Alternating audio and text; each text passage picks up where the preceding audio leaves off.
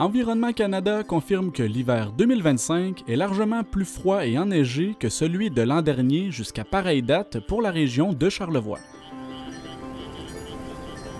Toutefois, plusieurs espèces d'oiseaux ne migrent pas vers le sud en cette période hivernale et demeurent dans notre région malgré les conditions rigoureuses auxquelles elles sont confrontées.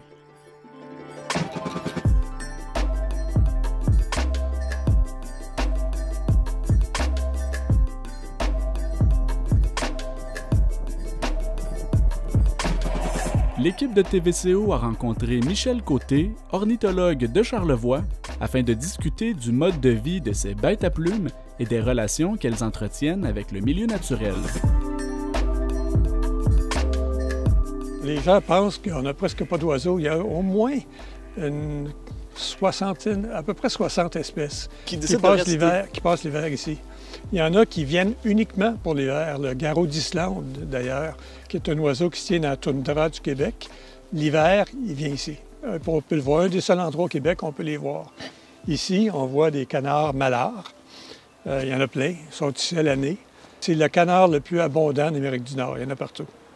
Puis eux autres ont décidé, plutôt que d'être en Floride à l'année, d'être au Québec à l'année. Et ils sont très bien construits pour combattre le froid.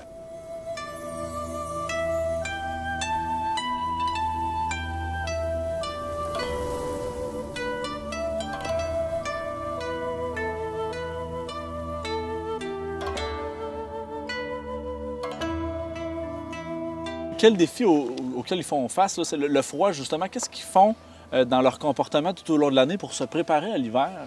L'automne, ils vont s'engraisser pas mal. Par contre, ils ont un plumage qui est assez exceptionnel, qu'ils peuvent gonfler pour mettre de l'air à l'intérieur, qui agit comme couche isolante. Et puis, c'est un plumage également qui est huileux.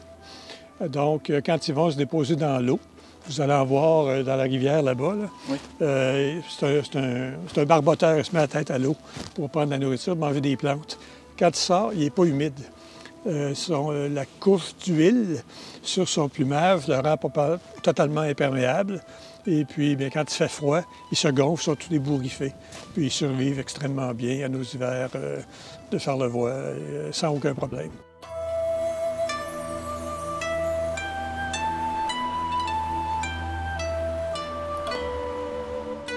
Et la plupart des oiseaux, d'ailleurs, ont le même processus pour se garder au chaud.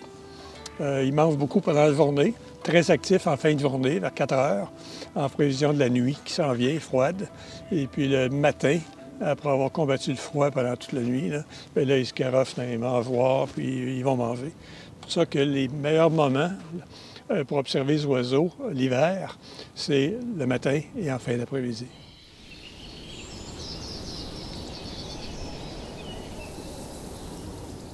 Ils résistent donc très bien au froid, mais depuis une année, on entend parler de la grippe aviaire. Est-ce que ces oiseaux-là sont à risque d'attraper cette maladie-là?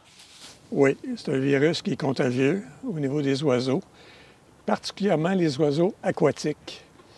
C'est la grippe, le virus H5N1, très abondant aux États-Unis présentement. On l'a au Québec, au Canada, depuis déjà quelques années. On en a entendu parler, entre autres, avec les fous de bassin, l'île Bonaventure. Ça a presque décimé la population. Il y a quelques années, j'ai un ami là-bas, Robert Wiseman, qui ramassait une centaine de carcasses à tous les matins de fous de bassin qui étaient morts devant chez lui.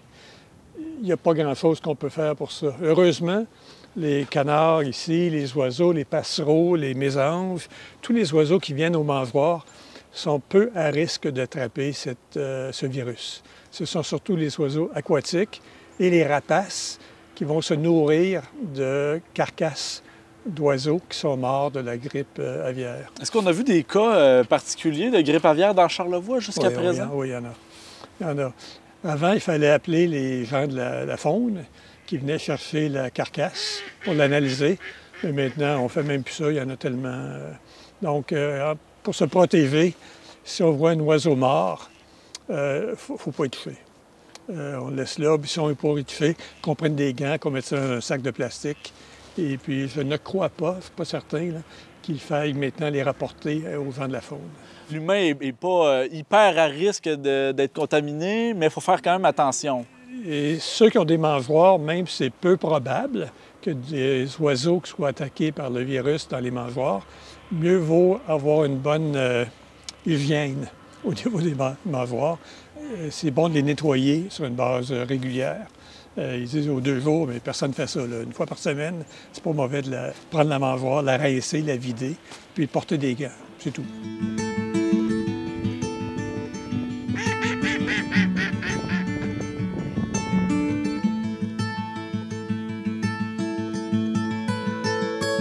Autre sujet, vous êtes sorti récemment dans le Charlevoisien. Vous avez publié une lettre d'opinion suite à ce qu'on a entendu parler avec la fin éventuelle du train de Charlevoix pour aborder les répercussions du chemin de fer, son exploitation sur le milieu naturel, la faune, les oiseaux. Pourquoi est-ce que vous avez décidé de prendre la parole en tant que président de la CHEC?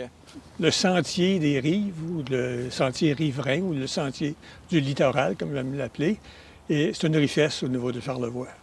On a à peu près 40 km de rives entre Baie-Saint-Paul puis la Malbaie, puis on n'y a pas accès. Que le train fasse ses frais, puis qu'il nous amène la visibilité, la notoriété, c'est très bien. Par contre, là, il ne semblait pas faire ses frais présentement. C'est la décision pour laquelle ils ont décidé de fermer. Puis là, bien, moi, j'ai regardé depuis longtemps, qu'est-ce qu'on peut faire avec cette voie ferrée-là? Partout au Québec, partout aux États-Unis, les anciennes voies ferrées sont transformées en pistes multi-utilisation, multi-usage. Et puis, il y a 15 ans, j'avais fait une étude pour le préfet de la région sur le potentiel du secteur entre Baie-Saint-Paul et la Malbaie. Oui. Il est considérable en termes de développement économique, développement touristique pour les villages, les municipalités, les restaurants, des bed and breakfast, tout ce que vous voulez. Et également, c'est un milieu qui, lors de la migration, est absolument exceptionnel au niveau des oiseaux. Les oiseaux, pendant la nuit, traversent de la rive sud, traversent le fleuve, et au matin, ils se déposent dans les arbres le long de la voie ferrée. C'est par milliers qui sont. Mais malheureusement, il n'y a pas personne qui a l'occasion de voir ça.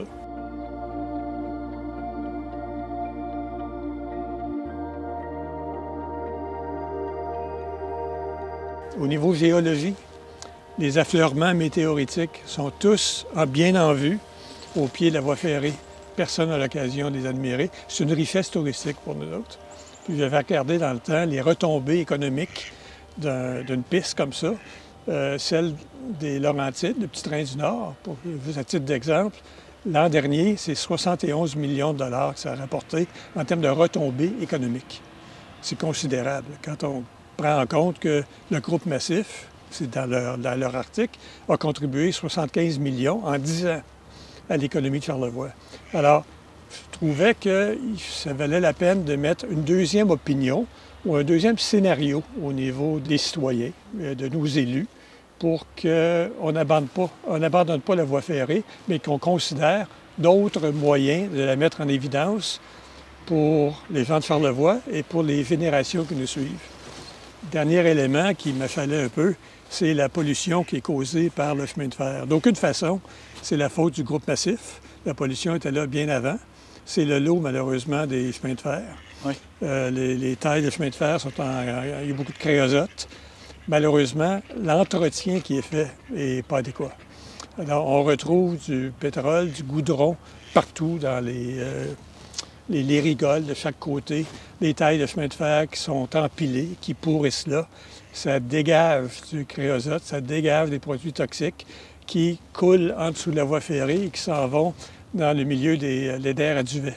C'est un des rares endroits, à part les îles du milieu, là, en face de Rivière-du-Loup, où les laidères à duvet vont nicher. Mais leur environnement est totalement pollué à cause de ça. Alors, peu importe ce qui arrivera avec la voie ferrée, si le groupe Massif, le gouvernement du Québec, tout le monde décide de relancer ça, tant mieux. Mais prenons en compte le coût de dépolluer, à tout le moins, ces secteurs-là. Il y en va de la santé de notre littoral. Et puis on fait ça pas seulement pour nous autres, mais pour les générations à venir. Merci beaucoup, M. Côté, d'avoir accepté notre invitation aujourd'hui. Ça me fait plaisir. Quelle belle journée.